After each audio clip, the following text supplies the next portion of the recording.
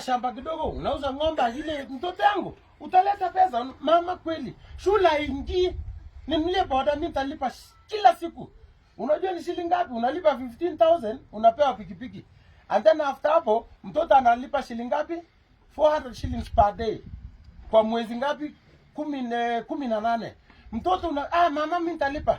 Ile woi la penyo. Kutariti Mungu.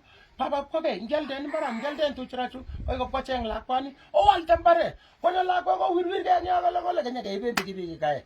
Matindo ke bandi malioin hakuna kenye mfanya. So tunaomba wazazi tena msifanye kitu kama hiyo. So hivi vijana wenye wako hapa hivi tumeaudit wako na kipande yeye guno ile ngotoko meaning wako na kipande tumechunguza na tunajua. So naomba wazazi na machifu wenye wako area hii tafadhali usikubali mtoto mdogo akuje kwa boda boda, tafadhali kwa unyenyekevu na security yetu. Kwa kaso kama tuwake kyo. Asanteni sana, may God bless you. So hata